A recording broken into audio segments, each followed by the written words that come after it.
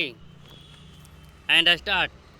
शिवसेना के विद्रोही विधायकों की संख्या 40 के करीब पहुंचते ही यह स्पष्ट हो गया था कि उद्धव ठाकरे मुख्यमंत्री के रूप में चंद दिनों के ही मेहमान हैं, लेकिन इसका अनुमान शायद ही किसी ने लगाया हो कि उनके त्यागपत्र के बाद भाजपा स्वयं सत्ता की कमान नहीं संभालेगी और मुख्यमंत्री देवेंद्र फडणवीस के बजाय एकनाथ शिंदे बनेंगे।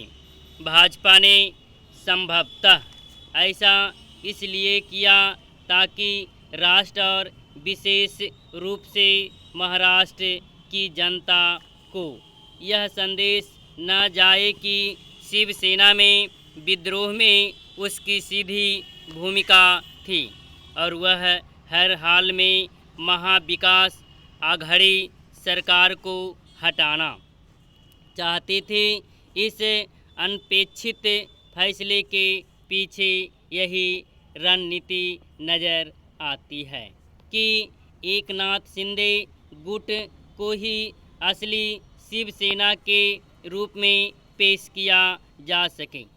यह समय बताएगा कि भाजपा इस उद्देश्य में कितनी सफल हो पाएगी, लेकिन महाराष्ट्र में एकनाथ शिंदे के रूप में एक शिव सैनिक के नेतृत्व वाली सरकार बनने से उद्धव ठाकरे की मुश्किलें और बढ़ना तय हैं। अब उनके लिए महाराष्ट्र की जनता को यह संदेश देना और कठिन होगा कि असली शिवसेना की कमान उनके पास है और वही बाल ठाकरे की विरासत के एकमात्र उत्तराधिकारी हैं। यदि वह इस विरासत को सही तरह संभाल रहे होते तो शिवसेना में इतना बड़ा विद्रोह नहीं हुआ होता। यह सही है कि शिवसेना में पहले भी विद्रोह हुए हैं, लेकिन उनसे पार्टी को अधिक नुकसान इसलिए नहीं हुआ क्योंकि बाल ठाकरे एक करिश्माई नेता थे।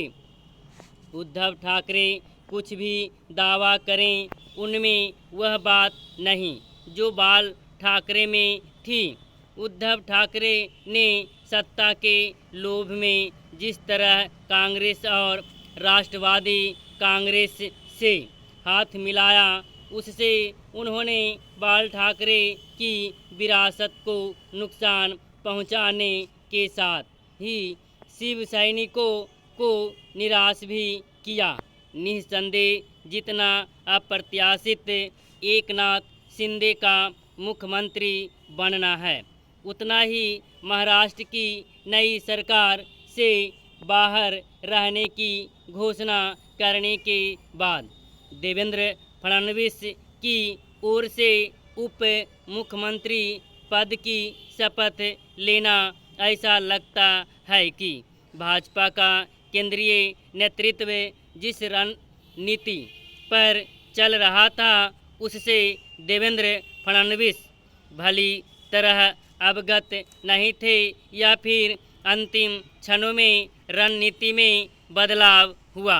सच जो भी हो, शपथ ग्रहण के पहले देवेंद्र फडणवीस को लेकर जो असमंजस उपजा उससे बचा जाना चाहिए था। कम से कम अब तो यह सुनिश्चित किया ही जाना चाहिए कि मंत्रिमंडल का विस्तार और विभागों का बंटवारा सुगमता से हो। यह इसलिए आवश्यक है क्योंकि इससे ही महाराष्ट्र की जनता को यह संदेश जाएगा कि एकनाथ शिंदे और देवेंद्र फडणवीस के नेतृत्व वाली नई सरकार उसकी उम्मीदों पर खरी उतरने वाली एक सक्षम सरकार है।